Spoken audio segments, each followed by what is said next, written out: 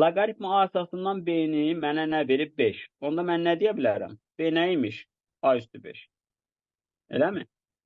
Çünki A əsasından A üstü 5 nəyi verirdi bizə? 5'i. İndi gətirin burada B'lərin yerinə A üstü 5 qoyun da.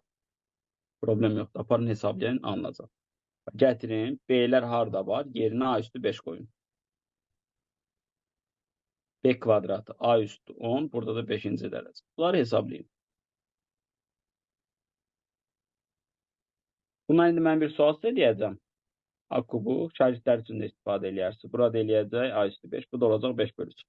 Və məsələn, belə bir sual versələr, loqaritma A-da B bərabər tutaq ki, 2 bölü 5. Mən belə deyirəm uşaqlara. Deyirəm, B-ni hamlıq olsun deyə x kvadrat götür, A-nı x üstü 5 götür. Hansı qaydaya görə? Loqaritma x üstü 5-də x üstü 2 nəyi verirdi? 2 bölünsün 5. Və bunları apar, dediğin yerdə qoy. Və bir-bir parçalama. Anladınız?